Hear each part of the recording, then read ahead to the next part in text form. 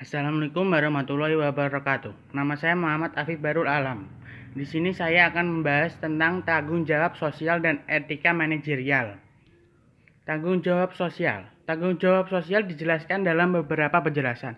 Contohnya, tanggung jawab sosial disebut hanya menghasilkan keuntungan. Aktivasi perusahaan tambahan yang dimaksudkan untuk meningkatkan kesejahteraan sosial, meningkatkan kondisi sosial atau lingkungan.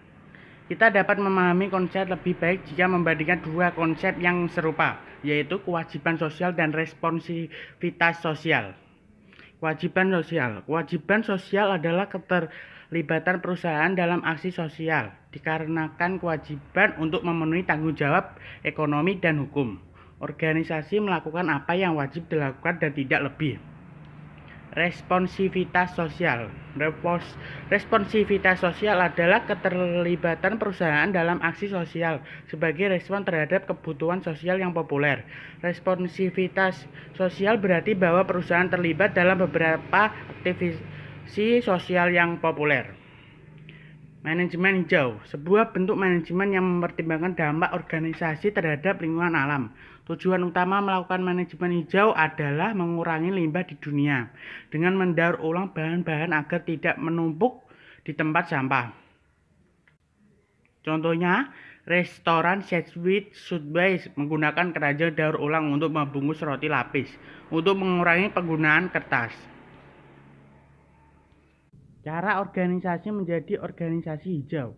Cara organisasi menjadi hijau adalah dengan beberapa pendekatan. Pendekatan tersebut antara lain 1. Pendekatan hukum. Pendekatan di mana cukup mengikuti apa yang diperintahkan hukum. Pendekatan pasar dengan memenuhi konsumen atau pasar. 3. Pendekatan pemangku kepentingan. Memenuhi tuntutan pemangku kepentingan seperti karyawan, pemasok, atau komunitas. 4. Pendekatan aktivis. Merefleksikan tertinggi dari sensitivitas terhadap lingkungan dan tanggung jawab sosial. Etika. Etika adalah prinsip, nilai, dan kepercayaan yang mendefinisikan keputusan dan tindakan yang benar dan yang salah. Banyak keputusan manajer menuntut mereka untuk mempertimbangkan baik proses maupun siapa yang terkena dampak keputusan itu. Untuk lebih memahami masalah etika, mari kita lihat faktor-faktor yang menentukan apakah seseorang bertindak mengikuti etika atau tidak. Faktor-faktor yang menyebabkan perilaku etis atau tidak etis. Faktor-faktor tersebut adalah 1. Tingkat perkembangan moral. 2. Karakteristik moral. 3. Variabel struktural. 4. Budaya organisasi. 5. Intensitas masalah. Etika dalam konteks internasional.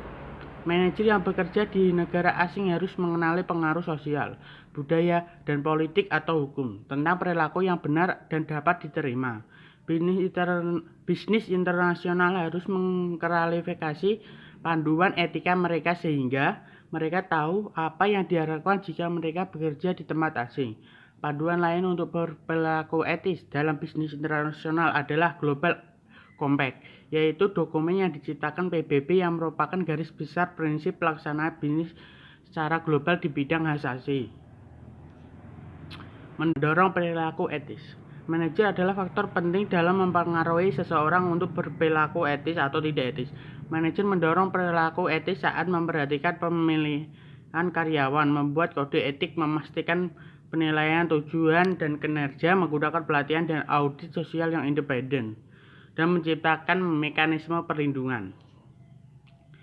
Tanggung jawab sosial dan masalah etika di dunia masa kini. Manajer senantiasa menghadapi tantangan untuk bertanggung jawab baik secara sosial maupun secara moral. Manajer dapat mencegah runtuhnya etika dengan menjadi pemimpin yang menjalankan etika dan melindungi karyawan yang mengangkat isu etika. Berikut ini 3 isu etika terbaru. 1. Mengelola kegagalan moral dan keberobokan sosial. 2. Mendorong entrepreneurship sosial. 3. Bisnis merupakan perubahan sosial yang positif. Terima kasih.